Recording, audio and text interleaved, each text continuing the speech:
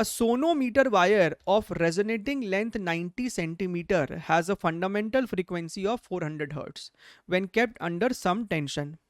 The resonating length of the wire with fundamental frequency of 600 hertz under same tension is dash centimeter.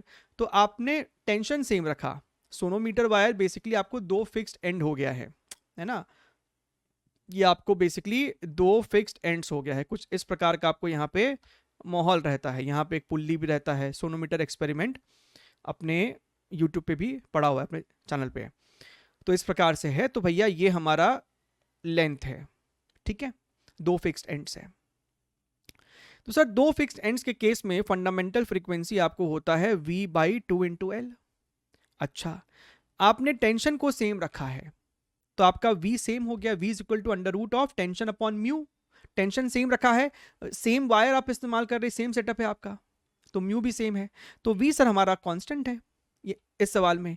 यानी कि sir f into L का जो product है वो हमारा constant है.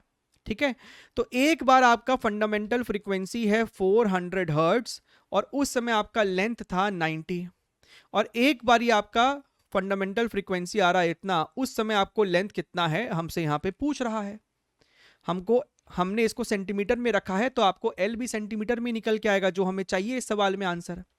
तो अगर हम ध्यान से देखें, ये दोनों तो है, इस दोनों को मार देगा और 6 इसको काटेगा तो 15 से कटेगा, तो आपको एल निकल के आ रहा है 60 सेंटीमीटर. सो भैया 60 इज द करेक्ट वन.